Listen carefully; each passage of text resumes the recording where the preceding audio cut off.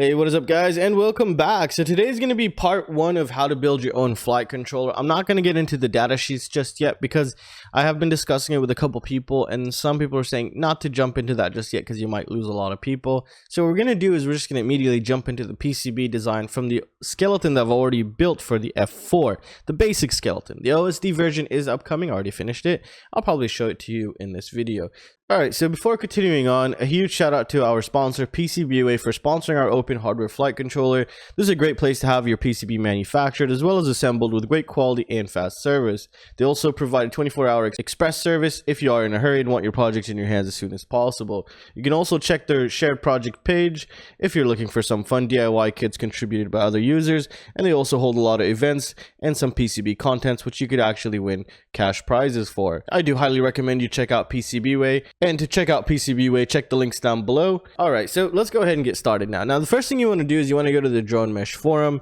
This is where people are going to be setting up their shared projects. For example, here we have John, who actually set up a F4 flight controller for the Tyrant, since it's using a proprietary sized flight controller, as you can tell right here, which is something really cool that he did actually. As you can tell, this is just super awesome. So yeah, he hasn't tested it yet. He's still working on it, but it's looking pretty sexy. I'm gonna tell you that right now. So that's something really nice we already got to see. And to be honest, I can't wait to see yours as well. So let's go into the shared projects page. We're gonna go to the main one, which is Drone Mesh OpenFC Open Hardware Schematic. This is where to read all about the project, what you have to do, and what to get from where. Now, if we're going to go down here, donations, that'll be super awesome to keep supporting this because I need all the support I possibly get. To access the project, this is what you need. So we're going to click this link and we're going to go through here. And then you get sent to a page like this. And then what you want to do is we want to go ahead and start with the schematic. Now, in this video, what we are doing is we are just going to set up the F4 microcontroller unit into a PCB and connect everything that it needs, just like the capacitors, the resistors, the USB, the Resinator. And then in a later step, we are going to connect the MPU 6000 gyro. And then in a later step, we'll do the 3.3 volt regulator and run power to everything. So let's take a look here. Now here's the microcontroller unit, and it's kind of, hopefully it's pretty self-explanatory, kind of. Here we have an 8 megahertz crystal or resonator. We're using a resonator here. Here we have the boot button schematic, which we'll see once we convert into a PCB. Here we have some capacitors needed to keep the overall microcontroller unit running pretty smooth without any power loss or just anything weird happening. Here we have a couple resistors that we need to sense if the USB is connected, and obviously I'll get into this detail in a later video, but all this hard part is basically done for you, so you just create your own PCB, which is the whole idea here. And then later on, if you have more interest, you can even dig deeper into this, and that's what I'm going to do also throughout my series, dig deeper later on through the series. And here we have the two 22 ohm resistors needed to initialize the USB protocol to speak with the PC and the microcontroller unit, because there's different resistors you can set up here, but what we need is just two 22 ohm resistors, one on D- and one on D+. It's basically RX and TX, and these two resistors enable the correct protocol for it to speak to the microcontroller unit and the PC and basically beta flight. SBUS is just a 5 volt, and then ground is just ground. ID, we don't need it. And here we have the gyro connections, which we're going to keep for a later video. It tells you, and then you'll see that how that works also. This is the select, and let's see what else we have. Here we have VBAT, RSSI pad, current pad, gyro initialize. We don't need that just yet. UART6 and UART6 RX, PPM in, and we have UART3, and these are the IC squared pads here. LED 1, LED 2 for status, motor 2, motor 3, and motor 1 and motor 4. And then here's another LED. What LED was this one? I forgot what I put here. Anyways, doesn't matter. All right, so let's get started here. So the first thing we want to do now is we want to go ahead and just, obviously after you open it just like this, you want to go ahead and say convert to PCB, and you should start converting it to PCB. Now, the first step you want to do is you want to make the size of your flight controller. In this tutorial, I'm going to make it pretty big so we can kind of see how everything's getting connected, and it just makes it easier, and it takes less time. Later on, we'll do the 30 by 30. So what you want to do is you want to take a look at the layers here. You have the top layer, bottom layer, and this will make sense as we go along because we're going to be needing to use them. what we want to go right now is what we want to find is the board outline here. You want to click on it so you have the little pencil here, and then now we're going to go to the track so we can create a PCB for it. So I'm going to make a pretty big PCB right now for it. Okay, I'm just going to make it just like that, just like, let's see here, and I'm just going to connect it right there. All right, so now we made a pretty big PCB here. I'm just going to grab everything and just bring it closer to me here so I can just start picking and putting inside the PCB. So let's go ahead and start with the flight controller. Now this is the flight controller U1, and if you ever forget what this thing is, so you can always go back to the schematic and it'll tell you U1, as you can tell right there. So here's the microcontroller unit. This is the F4. And let's go ahead and find what we need here. Now I've gone ahead and made key codes for every capacitor and every resistor. R's are for resistors, C is for capacitor, X is for crystal and resonators. So C11_G, that means capacitor 11_G is going to go to the gyro. So we're going to ignore these right now. Anything without a key code like this one, like C1, C2, C3, C4, and C5, these are going to be connected to the flight controller. That's how I left it set up. So we're going to bring these close to the flight controller now. Here we have C6 and C7 as well. I'm going to bring those in. Do we have any more capacitors? No, we don't. And we need the resonator also. All right. Okay, so now what do we need to do? So let's go ahead and grab our capacitors here, and it kind of, can you see those lines? It kind of tells you where it gets connected. Now, what I like to do first, I like to go to the design manager on the left here, go to nets, and then find ground and just disable it. And once we disable it, then we disable every line that's going to ground, and it makes it a lot cleaner because there's a little trick you can do to set up all the grounds, which you don't have to connect them manually, which is something you kind of really want to use actually, because it also decreases the production costs, and I'll explain how later on. So now, as we can tell here, VDD is the 3.3 volt rail. So it's a 3.3 volts. So as you can tell, this one's connected to VDD. So we're just going to leave it right here. And let's see this one. This one, if you move it around also, you can see him kind of jumping around, see, to different places, because that's also for the 3.3 volt rail as well. So I'm going to put those there. And let's see if this one jumps around. Yep. And if you don't know what it's going for, you can just zoom in. It'll tell you VDD, VDD. So I'm going to go ahead and set that up right here for right now. All right, and this one also VDD, so we can just keep a couple capacitors here. Now all the VDD pins are connected, so it's fine. You can set these up, just set them up as close as possible to the flight control. Now, as you can tell, this capacitor here is not switching; it's just on that place. So you want to bring it as close as possible to where it's saying to have it here. I'm just gonna move this up slightly. All right, there we go. And we'll start connecting them in a bit. And this one, let's see. Yep, this one also. This is just the easy way to do it. And I kind of want to keep it a little bit further away. And you might say, why? Because the gyro is going to be coming out from these pins here, and we're going to need as much space as we want once we start connecting the gyro here. Now, the resonator is very important. It's the 8 megahertz resonator. So as you can tell, when I grab the whatever it is, when I grab it, and if I press the space bar, I can switch the orientation of the component. And this looks perfect because now it's just going to make it very easy for me to connect. As you can tell, ground is not going anywhere. So you want to always keep the resonator as close as possible to the flight controller here, or the microcontroller unit. And let's just start connecting it. So what I want to do next is I want to go to the layers, and I'm going to click on top layer edit here. And then I want to go ahead and grab my wire tool or my track tool, and then I'll just click on it. And as you can tell, all of the other white lines, or the rat links they call them, disappear, and then I'm just left with where I have to go from this component. As you can tell right there, it's helping me out, it's guiding me through. So here we go, we're going to have our resonator connected, and there we go, we just had our first component connected, which is one of the most important components here. So resonator is connected now. As you can tell here, VDD and VDD here. Let's go ahead and set these up together here. You can set up the capacitors where you want. Now again, this is just to give you an idea of how to build a flight controller board here. So these two I just connected together since they're both VDD, and they're going to this one right here. So I'm just going to go ahead and set that up like this. There we go. I just finished the VDD here. And then here, what do we have? This one is not connected to VDD as we saw. So we're going to have to take it from here.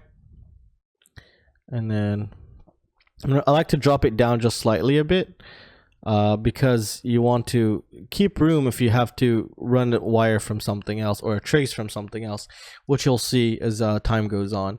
And here we have another one which was static also to this one, and then here we have another setup. Okay, and then now we could connect these two, the VDDs, all together. So these are theoretically connected. And we just finished the capacitors here and the resonator. And that was it. That was really simple. Now let's move to the resistors here. Now the resistors, again, is the same concept. If it doesn't have a underscore key code, then it should be by the flight controller. So there we go. We have these here. And I'm just going to bring them in and see where they're going to go here. Okay. So this one is for the USB also. I forgot to set it up. So we'll leave this out for just a little bit later.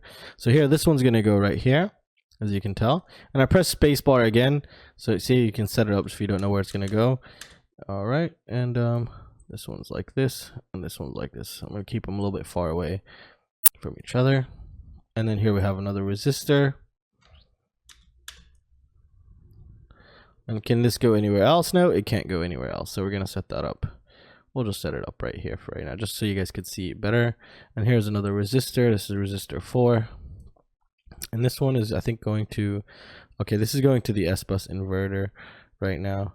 So is that one. Okay, no problem. So we're just going to set up, just put this here for right now and bring that there. We're going to ignore these two. I'll have to set that, I'll fix that in the key codes. All right, so we have these two here, and we're going to see where these two go. So if we zoom in here, these are going for the IC squared paths, the other side of these resistors. So let's just connect these two right now. So I'm just going to connect this one. There we go. Beautiful. Okay, so we just finished the 2 resistors that we needed, and the other resistors here, oh my goodness, okay, there we go. And these other resistors, as you can tell, it's going to RX1. And why is it doing that? Well, this is for the inversion for the SBUS here. This is the transistor that will do the inversion. And let's just go ahead and actually let's set up this circuit then. It's really simple. So we're gonna have to go and give it from the UART1 RX, because that's where SBUS is gonna go, and then we're gonna have to take from this one and then move it to this part of the resistor. That's gonna take from 5 volts, which we'll connect later. And here we have another resistor in place. You want to kind of keep them a little bit spread apart, so when you build it, it's a little bit easier for you. And this is gonna, this side of the resistor is gonna, what's gonna go to the SBUS pad, because that's what's gonna re-invert it so the F4 can understand it. All right, sorry about that. Okay, so now let's just go ahead and set up the USB here. So we're gonna need the USB. Let's bring it in.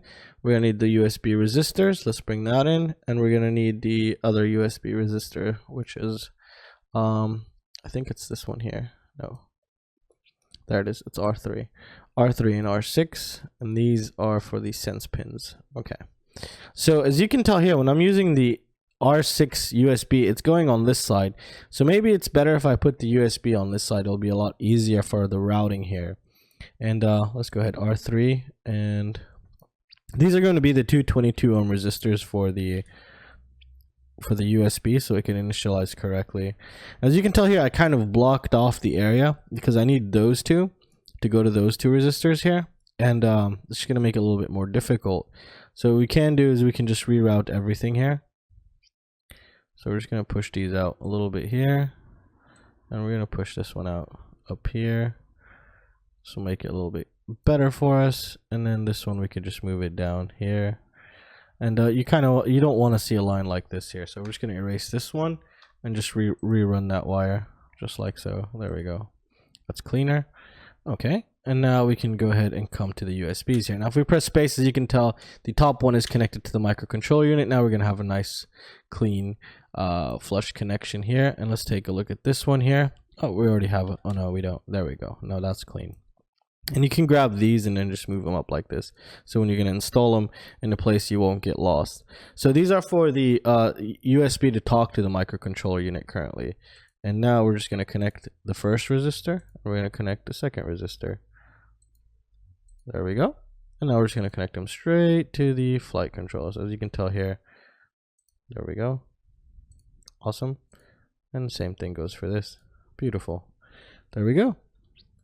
So now if you apply 3.3 volts, this thing will actually connect to the PC. All right, so that's something really good. And this is the these two resistors here, let's take a look at them. Okay, let's just set them up like this. These two resistors here take the 5 volt from the USB, and it'll tell the flight controller that the USB has been connected, because once it detects the 5 volts from this on this pin right here, then it'll know that it's in. That's how your flight controller knows not to arm when it's connected to the PC, kind of. And that's what we're seeing here. And if we take a look right here, this is the 5 volt USB. This is what we're seeing, those two resistors that are going to PC5. This is what will tell. The reason you put resistors so it doesn't burn your flight controller, because obviously your flight controller takes 3.3 volts. Now the resistor, it reduces the current, and this is kind of like a voltage divider in a way. Drops the voltage also. So if it senses some voltage on pin PC5, which is pin 25, then it will actually go ahead and tell it that, yeah, the USB has been connected here. And that's what we're seeing right here. So let's go ahead and set that up then. All right, so let's just take a look here. Let's make it correct. There we go. And this one, we're just gonna make it like this. Alrighty. Okay, so we can just go ahead and connect it and just get it over with here. So there we go.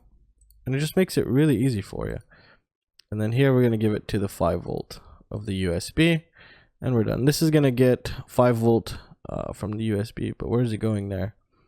Oh yeah, okay, this is for something else. This is the Schottky Diode.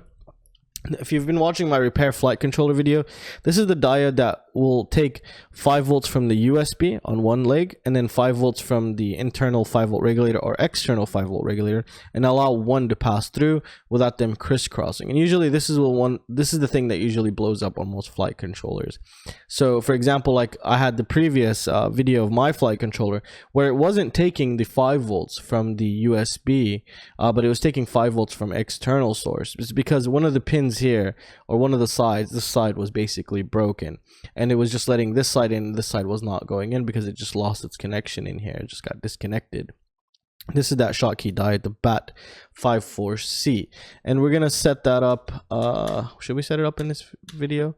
I think we're gonna set it up in the next video, because currently this video has been around 16 minutes long. So this is gonna be part 1 of the design. Later on, we're gonna add the 3.3 volt regulator as well as the gyro and the boot button, and it should be very simple from there. And yeah, and then we'll start adding all the pads into place. But as you can tell, it's really simple.